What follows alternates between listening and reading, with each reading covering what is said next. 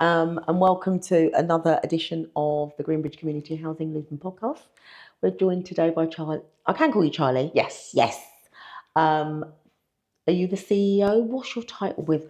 I'd like to get the titles right. I'm the CEO. Yeah. For Stepping Stones Luton. If you'd like to introduce yourself, Charlie, and tell us a little bit about the organisation and what you do.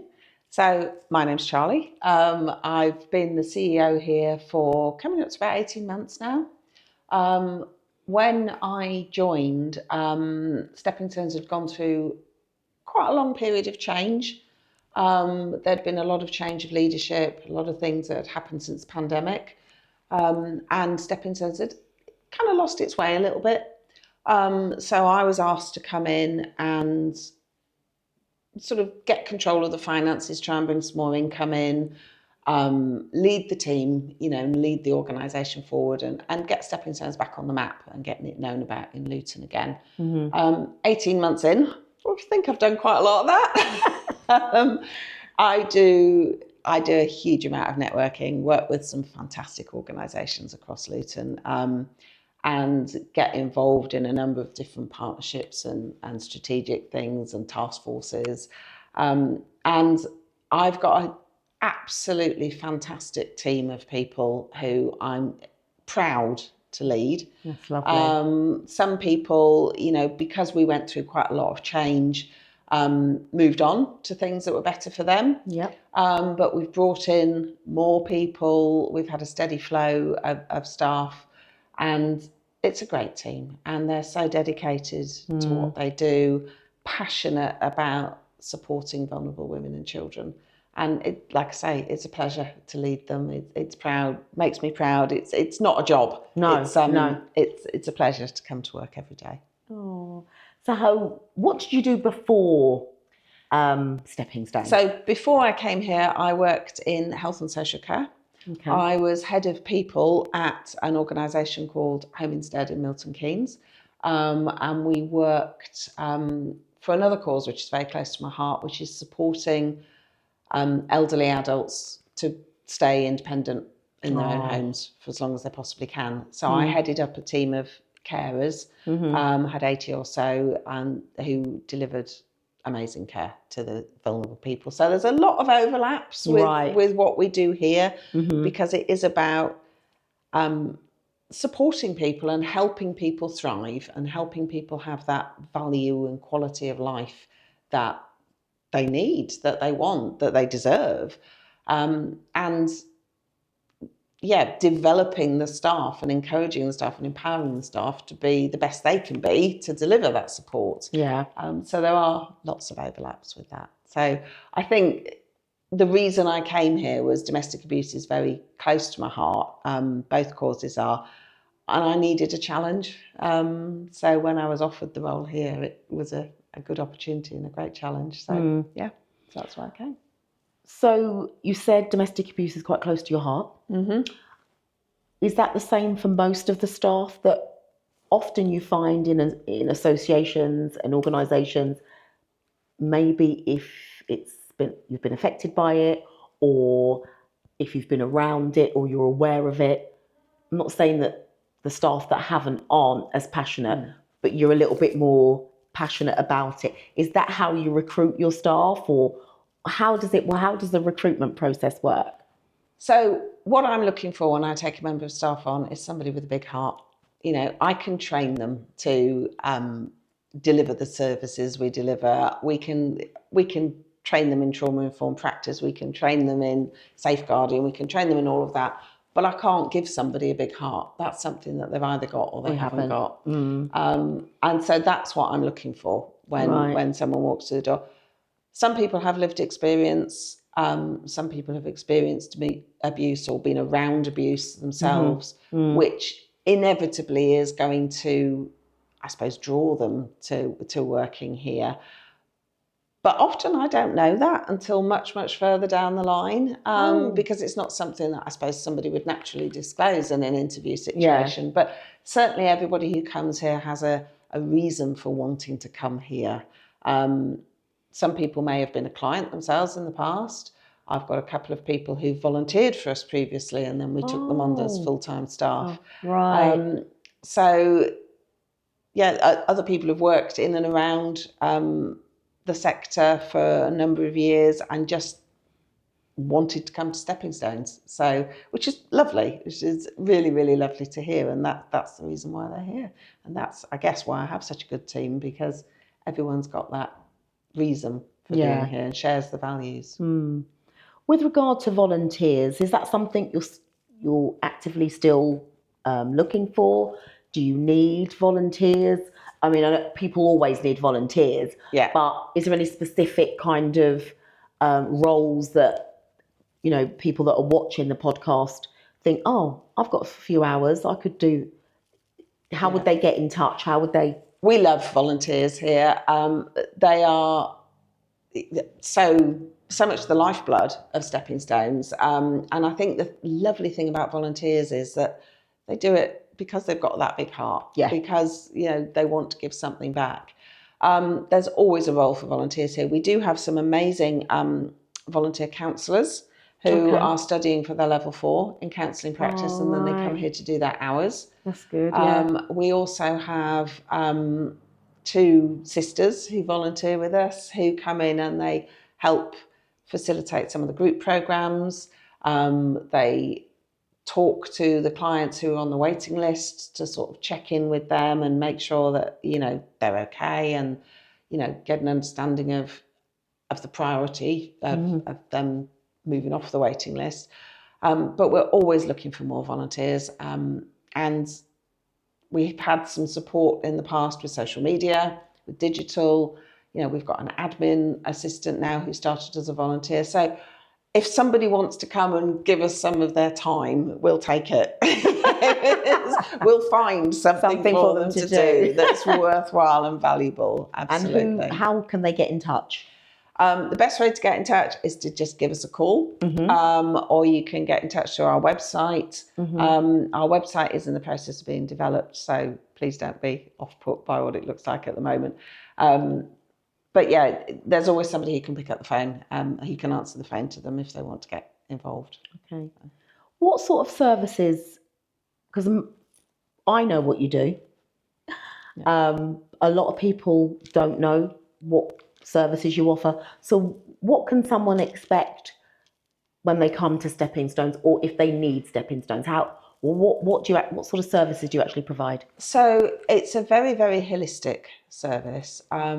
Every woman who comes to us is in a different place, with a unique set of needs and at a unique stage of her journey.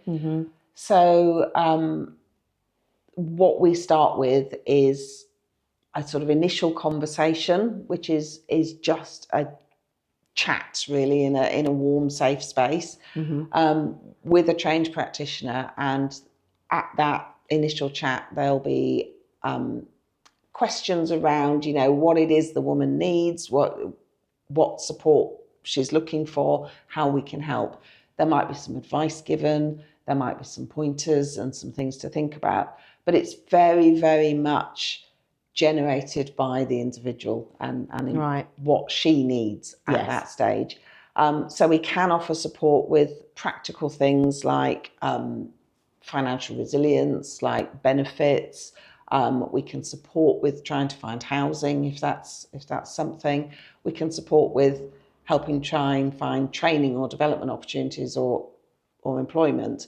But our main tranche of work is around the trauma-informed practice. Okay. Women who come to us generally come to us because they're either experiencing abuse right now or they have experienced it in the past. Right. And the trauma that is associated with that is what brings them to us. And that's what we are best at, is working with that woman to get to that trauma and understand the reasons for it and help her understand the reasons for it and the impact that it's having on her, and perhaps the barrier to her moving on with her life. We talk about the stumbling blocks of life and we turn them into stepping stones, and that's what we do. Whatever that stumbling block is, we look at how to how to help them thrive, but how to empower them to thrive. It's not about us telling a woman what to do. She's probably had a lifetime of that from her abuser. So it's about working with her, giving her that voice, advocating for her, and really helping her to thrive and move forward. And how many sessions, or is it unlimited, could that per female expect to receive from Stepping Stones? So a woman can spend as long as she needs to with us. There is no time limit. Some women will come and, you know, after 2 or 3 months of support, they feel better, their self-esteem's better, they've got the confidence to go back out. They can always come back in the future if they need additional support. But generally speaking, you know, a lot of women, that's all they need. We have others who stay with us for much, much longer, because if they've really got deep-rooted trauma and they need to work with our counsellors or our mental health officer, there's no limit to that. Counselling is not a quick fix. No. And the woman's journey might be that she needs to spend quite a few months with us. So it, like I say, it's very holistic, very, very client focused and tailored on what they need. I noticed walking around that you've got a little nursery. Yes. Yeah. That's my favourite bit. Yeah, we love our nursery here. It's so cute. So what happens there? So when Stepping Stones started, it was recognised that it was very often a barrier for women to get support, because they had children that they needed to care for. And a woman is not able to really talk about her trauma and her experiences in front of children. So they had nowhere to leave them. So we've always had an on-site nursery. And the premise is that if a woman is an active client, she's engaging with us, she can leave her children here for free while she is engaging with us. And that doesn't just have to be an appointment with us. It can be if she needs to attend court, if she needs to attend a job interview, or just if she needs a couple of hours to herself. And her children are in the nursery. We have a wonderful team in the nursery who give a nurturing environment for those children and kind of role model what normal childhood is. Yeah. Because some of the children who come here will have witnessed abuse themselves. So we try and really just provide that care and that nurturing environment for them, so that they can thrive as well. And what hours is the nursery operating for those that are watching that might think, okay, I do need a break? As mothers, if you're a mother, I know it's non-stop, isn't it? Yeah. You don't get that time to, you know, maybe go and get a haircut or cut the grass or do your ironing. What hours is the nursery open? So the nursery's open every day, Monday to Friday, from 9 till 3. Most women who are our clients will use it if they're attending a group program or a one-to-one session here at Stepping Stones. But as I've said, as long as they are an active client, they can use it at other times, subject to availability. We do also offer it for a small fee to other organisations. So there are other women's organisations in Luton who face that same issue, that the mum doesn't have the childcare. Okay. So again, subject to availability, they can put their children in our nursery as well. So it is there. And we do also offer government-funded places now, so we have some regular children coming now as well. So you have children coming in Monday to Friday on a regular basis? We absolutely do, because being in the city centre, there's not very many nurseries for children in the city centre, and we recognise a real need. So we have a few places that we can offer on a funded places scheme as well. Oh, that's really amazing. For those people that are watching the podcast, what support do you need from the people in the town? It's a charity. We are a charity, yes. So like all small charities, we're very dependent on the donations we get. So I'm not going to let an opportunity to ask for money to go. So if anybody would like to donate to us, we've got a link on our website, and it's very easy to just go onto that and become a donor. Ideally, if somebody would like to give regularly to us, that would really help with our budgeting and planning and to think about the services we can go on to offer. But we're very dependent on all donations. A lot of the women who come to us have nothing. So we need to provide them with toiletries, we need to provide them with clothing, with food items, non-perishable food items. Oh, right. So anything like that people have that they can give, we will gratefully receive. Toys for the childcare area, basic craft materials, anything like that. And time. If people have time to just give us a couple of hours a week of their time to do something, there's always going to be things for them to do. With regard to yourself now, what motivates you to come into work every day? For me, it's about making a difference. I've always believed in everybody has the right to have the opportunity to become whatever that is they want to be, whatever that looks like for them. And I have always, in any role I've ever undertaken, wanted to help people become the best they can be, whatever that looks like for them. And that happens here. What brings me into the office every day is knowing that I have a fantastic team of people who work so hard to make such a difference every single day. And I am responsible for making sure that they have the right environment to be able to do that. And that their own well-being's good, and that their own training opportunities are good, so that they can become the best that they can be as well. It is a pleasure working here. Sometimes it's, when we're battling with getting funding in, and, we can't support a particular avenue of work because we just can't afford to. It can get quite frustrating, but then I ground myself by remembering what I'm doing, and I'm making a difference to people who need it. What does a typical day look like for you? There's no such thing as a typical day. I asked that question specifically knowing you were going to say that. There is no such thing as a typical day. I wish there was. A day could be that I come in, have a quick catch up with the staff. I might have to go out and do some networking, or attend a partnership meeting or a task force meeting somewhere else in Luton or in Bedfordshire. I might have to sit down and do a funding report to our funders, or apply for more funding. So I can have days when I'm just heads down at my computer pulling in all sorts of information.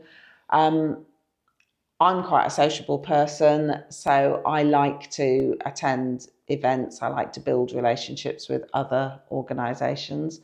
And I like to meet the clients. So I try and spend time downstairs where I can actually interact with the clients themselves as they're arriving. I like to spend time with the staff. So, there is no typical day. It's just a hodgepodge of everything. Which is just the way we like it. Because I think if it's structured like that, it becomes monotonous, becomes boring, you become less interested. So to not know what Monday looks like or what Friday looks like, for me, as like you, you just don't know. And even when there is a plan, the nature of the charity sector as a whole, as you'll know, is you come in and something's happened, and all the plans go out the window. We're in a very old building here. This is a lovely building. It's beautiful. And we do love it, but it's not without its issues. So sometimes we'll come in and we might have had a leak overnight. So I'm there with a mop and bucket helping mop that up. It can be anything like that. Somebody, unfortunately, might go sick at the last minute, so we have to arrange cover. There's so much of this kind of, I don't like using the word crisis management because that makes it sound like you're in crisis all the time, and we're not. But that kind of problem solving, I think, where you just have to drop everything and just focus on the task in hand. You celebrated 10 years. We did. Which is amazing. Yeah. Because I've worked with Stepping Stones in the past, in my previous role. I still do instructing, and we did a charity spin, and we gave I thought anything that I do charity based always stays in the town, because I love Luton, even though it gets bad press. So I know quite a lot about Stepping Stones. 10 years is amazing, so congratulations on Thank that. you. You've got a big event coming up, haven't you? We have. In November. Yes, we have. So we're very lucky that this year we are the chosen charity for the football club. And they've offered us the use of their amazing Eric Morecambe suite, which is beautiful. It is lovely. So we're holding a celebration event. Yes, we've been a charity for 10 years. Stepping Stones has been around since 2008, but it's been a charity for 10 years. We've also had some amazing achievements this week. We won this year, we won a Chamber of Commerce award for service excellence, and we're through to the national finals of that. So that's worth celebrating. Definitely. We also got our accreditation with the Women's Aid Federation for the service that we provide. So we want to shout about that. Of course. And we want to reward and recognise the staff and the volunteers, because they do an amazing job. And we want to celebrate with our partners and our friends and our colleagues across Luton. So we're having an event on the 21st of November in the evening at the football club. It's a 3-course dinner and a DJ, and there'll be a raffle. So it's going to be a really, really lovely evening. Tickets are on sale now through Ticket Tailor. So if people want to buy tickets, we've got some early bird specials. So it would just be nice to have people there, really, to celebrate all these amazing things with us. Yeah, so we're looking forward to attending that. Fabulous. So if our director is watching, we are having a table. I have spoken to Susan. I've spoken to Lisa, my boss, as well today. So it'd be nice to... I love the celebrations where you work in collaboration with organisations and the success is very obvious. Yeah. On a more downward note, I'm noticing more and more females, we spoke about this just before the podcast started, homelessness in crisis. Yeah. Is there any specific in the town as well? Has there been any... I mean, I haven't seen any change apart from the number of female homelessness on the street. Can we pinpoint any reason why that's happening in Luton?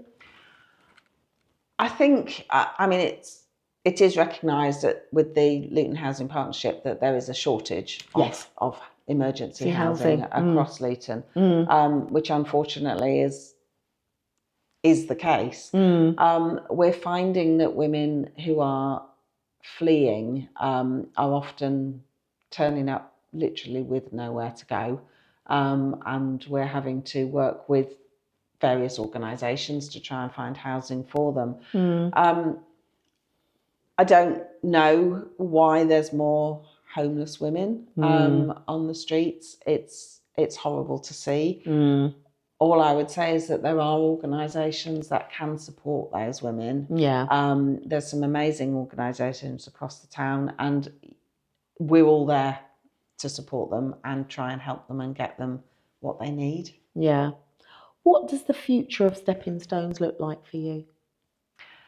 I would hope that we can grow. We know that a minimum of 1 in 4 women experience abuse over the course of their lives. And we know that Luton is a very big population, so that's a lot of women potentially who have experienced it in the area. We're only able with our current capacity to help around about 300 women a year. And we have a waiting list. Still a lot of women. We constantly have a waiting list of about 40 or 50 women.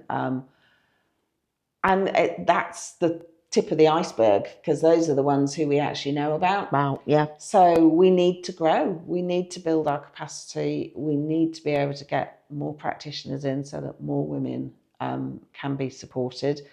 We work very closely with public health and people at the council on domestic abuse partnerships to try and understand the violence against women and girls and the abuse, and try and actually work with some of the organisations that offer the perpetrator programs as well, so that we can try and reduce the number.